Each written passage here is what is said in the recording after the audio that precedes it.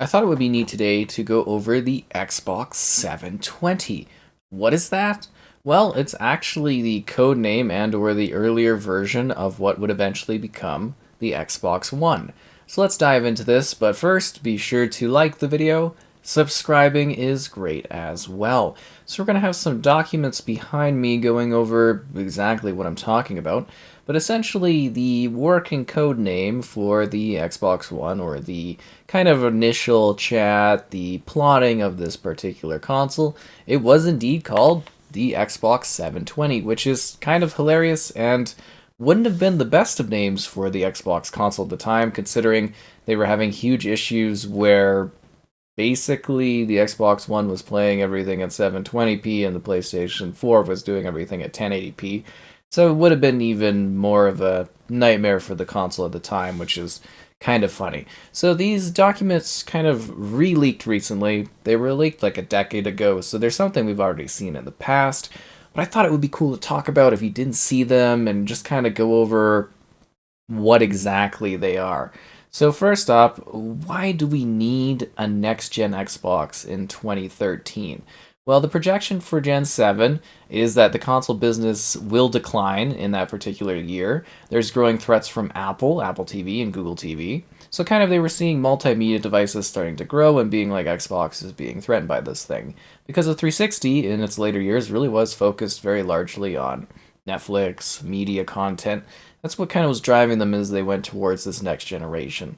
So the new consoles from Nintendo and PlayStation Gen 8 will launch in 2012, 2020, or 2013. That's kind of roughly what they were predicting. The limitations of the 360, which were kind of holding them back and making them want to make the leap to the next generation, because you got to remember these are internal documents where they're like explaining why they're doing this, why they're moving to a new platform. No full fidelity AAA games, plus the Kinect V1 sensor. It will not support a full range of XTV scenarios, including 1080p video, video chat, and HTML5 content. Lacking modern entertainment elements such as Blu-ray or native 3D output, which obviously 3D was kind of on the out after that point, right? And then it doesn't have the always-on, low-running power mode feature that Xbox One was really kind of meant for. Same with the current gen, like Series XS. And it can't run multiple applications at the same time, as Xbox did believe that that was kind of the focus as to like where everybody was wanting to go. So the main goals that they kind of had was a two setup approach. They wanted the console and then they wanted the Kinect. They wanted the console to be your multimedia device and then kind of build from that in a cloud perspective. And we'll get to that as we go through this. So let's talk about the hardware. The Xbox 720, as to say, was supposed to be 4 to 6 times games over 360, so that much of an improvement. Full XTV support, as mentioned, for the multimedia stuff. The Blu-ray, CD, and DVD support, and online/web content, which was kind of roughly available in the 360, but not to the full degree that it is on the Xbox One, and then improved upon for the Series XS, as we do have today with the Edge browser built in. The Kinect V2 sensor, which did really turn out kind of like they talked about, better 3D play space, improved voice recording, yeah, 4-player tracking, yeah, dedicated processing, and also improved HD RGB cam, which did happen. Core content, which hilariously, they talk about the core pillars of the Xbox One being Halo, Gears of War, and Fable. And the only Fable release we had was backwards compatible Fable and Fable Fortune, which was a card game that got cancelled. Fable Legends obviously got axed, and Lionhead got killed, and yeah. Kinect titles, Broad Gaming, Kinect Sports, which did get a new title. Kinectimals, nothing came there, new genres. Linear TV, which is your traditional TV stuff. Your Blu-ray, your Marketplace, the TV App Store. So they were really focused on TV. And then services, they wanted next-gen interface, and they wanted next-gen experiences exclusive to the 720. Which, again, the name 720 and 720p is just hilarious. So the competition for them really was cheaper TV entries. That's what they were looking at. They should have been really focusing more on gaming, considering it's a gaming console, but they really were. And hilariously, they mention on live, which hasn't been around forever. It's funny because they're like they were early and they were right on the cloud stuff, but they're still even today they're still early on the cloud stuff. The Apple TV was a problem, Google TV, the Wii 2. So they had like speculated details, right? So the Wii 2, which became the Wii U, which was a huge failure, pricing at 249 US was the assumption. HD, local distribution, HD video accessibility gaming. So they were kind of expecting like a little bit more of a beefed up Wii to be coming in the road of like 2012. And, eventually we got the Wii U and it didn't really do anything. And then the PS4, they were assuming it was going to be a 399 US mark. It was going to be 3D, Blu-ray, Google TV, and tech forward. And that was kind of the weird thing is they projected their competitor to release at $399, so they decided they would charge an extra $100 and they'd bundle in the Kinect. They should have just taken the loss. Like they really just ruined themselves. All right, let's talk about the slide that goes over the consumer benefits because this one is really, really quite fun. So they were already talking about improving the haptics and the element of controller feedback for the 360.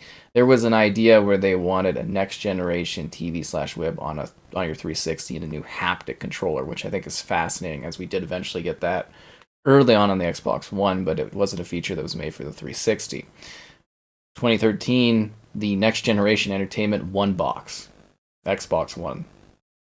Naming conventions. Hard thing to do. The only box you need for your living room. Natural input and adapts to your room and your environment. Exclusive next-gen experiences, which they did have a strong launch lineup for next-gen experiences, that's for sure. Synchronized experience, they want your TV across all your devices. The idea was that the Xbox One was supposed to be a complementary core hub of your world. The devices and the experiences based around your Xbox. You take your TV from the TV with your Xbox and you move it to other places. But eventually the TVs, they do all that, right? They do Netflix baked in, they do all that kind of stuff. So it kind of made having an extra box as a multimedia box a little pointless. And then 2014 was supposed to be an evolution, breakthrough heads-up, hands-up display, seamless integration of digital with the physical world. So talk about augmented reality. Kind of like, I think they were calling it the Forza goggles or something like that. Oh, the Forza Lazella glasses, which I think eventually became HoloLens in concept down the road, and that's kind of gone too. Real-time information on people, places, objects. We have all that kind of stuff now. Largest and most immersive screen in the living room and on the go. And then 2015, the idea was latest and greatest on Xbox on any screen. That was the whole cloud system, which again, they still haven't fully pushed out yet. Enhance your experience with local sensors. Enjoy premium gaming experiences on existing hardware. They wanted your console to basically be a never-ending console. You can kind of do that now to a degree, right? The Xbox One can still stream to it through the cloud, the current gen experiences, and I think that's what they were going for way back here. It's kind of like these were the building blocks for what would eventually happen, but it took a lot longer to get to because the consumer was so, I guess you would say, kind of stubborn to a degree. It makes sense, right? Which is kind of funny. Continue with more Kinect notes, simultaneous four-person play, which eventually we did get the tracking for multiple people with the Kinect. Feel the experience with props. We never really got the whole props thing. I don't think that ever really happened, but I think the idea that they were even pushing since the 360 era was the Kinect was going to be integrated with different things so that you can more authentically interact with games and experiences. But the question is, like, do people really want like a dozen different peripherals for everything like that? You know what I mean? Like, it's a little weird. People have limited money for limited things, and seeing, like, the whole point of the Kinect and motion stuff was to get rid of having to have all these extra peripherals, and it really didn't make sense. All right, so these next slides are really interesting too. Enjoy premium experiences on existing hardware. So they show off Halo 3, which is kind of funny considering, well, I guess that was still the big Xbox game, right, from 2007. But this would have been like several years on at that point, right? Access to the latest and greatest, no new hardware required. So they were already dreaming of the cloud we have today, and they wanted it on the devices of yesterday, laptops, the Xbox 720, the TV, the glasses. Kind of weird that they thought the glasses would look so natural like regular glasses, considering HoloLens still, even in its latest iteration, which I think might be its last, is nothing near like a normal pair of consumer glasses like Google Glass.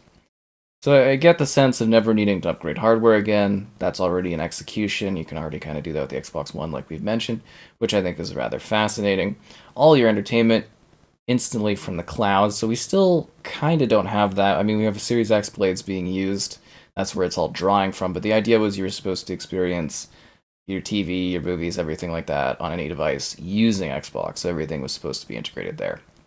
Cloud serves full immersion wherever you go. The game is all around you in the real world. So that was the AR idea, was extending the screen beyond the screen and going further beyond, which is a neat idea, but still not fully practical. And I don't know if that's still taking off, right? And yeah, so let's go into the business model. So the idea was the launch point with Kinect V2 bundled in was $299, which is smart. You look at the Wii 2, the Wii U, and you're thinking, okay, it's like 230, 249, right? Pretty good price. A lot of money, or not a lot of money, right? But it's a good price point. It gets Nintendo into households, and then they're like, okay, PS4, it's gonna come in $399. And then they're like, okay, well, we can do $299 with the Kinect, build up a huge amount of a player base, right? Because that's the idea. That's how you get adoption going, is as big of a player base as you can possibly get for your console platform. We're going to do $299. And I think if they would have actually gone for $299, I mean, honestly, a lot of these companies should take larger hits on their consoles just to build a player base. Like, that would be the smartest, most logical thing. They make all their money on software anyway, so what's losing money on some hardware? Eventually you make it all back up anyways, right? Especially as it gets cheaper with the hardware over the generation. But like, then they went with like $100 more than the PS4. It's like, what were they thinking? And eventually they got rid of the Kinect and they used it as a scapegoat, but like the damage was done. What were they thinking? If they went $299 with the Kinect could have been a big thing like the 360 Kinect was. Because if you don't know about the 360 Kinect, it was the fastest selling consumer electronic device of all time. It sold tens of millions. Like, it was a huge, huge device. And they basically like killed their peripheral momentum over the course of like a couple of years. It was remarkable that was a thing. Obviously, the Xbox One never continued, never continued, but never hit its goals. Like, they were predicting a 10-year life cycle with 100 million units, over 100 million units worldwide. And it's been 11 years now, and they've sold, I think there's 58 million was the rough number that they ended up selling. Like, that's pitiful compared to their actual goals. They actually, like, they just dropped the ball hard. And you know what, again, I should really stress, and I didn't mention this earlier, I suppose, you know, plans change, ideas change, tech changes. They got caught really flat-footed, especially for RAM and stuff.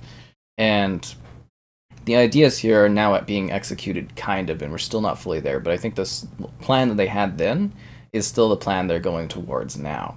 Just with subscriptions kind of baked in, as I don't know if subscriptions were quite as primary of a thing at the time. So the positive every year of the life cycle is what they were going for, was, you know, profitability. Flexibility for SKUs and configs over time. Then we have like the appendix, which is like the roadmap to fun and glory and stuff out there. So the HTML5 on the 360, the Kinect V1. So this is 2011. You know, games and core apps, the TV synchronization. 2012, getting the Xbox TV services going. Low cost 360. Yeah. Kinect V1 upgrades are just kind of like getting that more apparent, more to people. New dashboard, new live tiers, and then 2013, the new 720 guide, which was basically, I guess you would say, the one guide, right? It eventually became that terminology for that. Launched with the Kinect V2, the Xbox 720, transmedia devices, drive embedded, 720p with 6 times performance, plus 360 backwards compatibility. So they planned to do 360 backwards compatibility right off the bat, and they never did. What a crazy idea, right? Like they knew they wanted to do it, and they knew they could, and then they went with an emulated method, which took a lot longer, and it took years. Just imagine a $299 Xbox One with Kinect, with backwards compatibility. Like, that would have been killer. That would have really, really killed it in the market. Seriously. First and third party launch, which they did deliver a strong launch lineup of games for the first party. 2014 was when they were wanting to do the Kinect glasses, which were the Forza Zella glasses we mentioned earlier. And Connect glasses plus band in living rooms. So they were really, I guess was that the Microsoft band they were trying to build up? That's funny because that did come out and that one failed miserably too, which was disappointing. First and third party content for glasses. So the idea was they were going to make the glasses really accessible for like development, so that a lot of people could come in and make products and make software and everything for it. Was the idea. Screen zero experience, and then 2015 was supposed to be the launch of the cloud rendering, which we didn't get till 2019. I think was my first test at E3 of the cloud gaming, and it still isn't really fully launched yet, is it?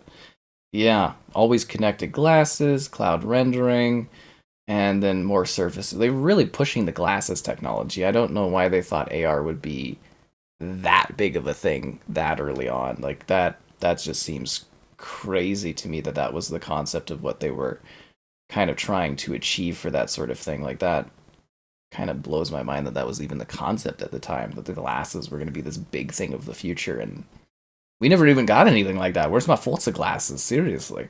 So what were the opportunities for this device? Blu-ray, native 3D, which again, 3D kind of went out. Blu-ray is still the physical media thing, but we're all digital now. So I guess they didn't really foresee a digital future for consoles at that time, which is kind of interesting.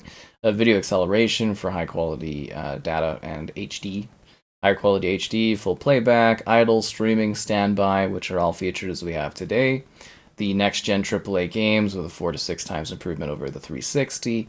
Next-gen sensors, the Kinect V2, the glasses they were trying to push. Exclusive 720p content, which was most of the games at the time.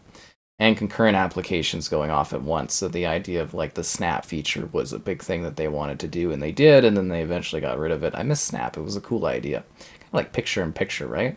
A broad audience, the idea was gaming was really going to transcend the idea of gaming. It was basically like half and half. Gaming and then TV products and TV and stuff. And I guess they just didn't predict the whole change in where TV and stuff was going at the time.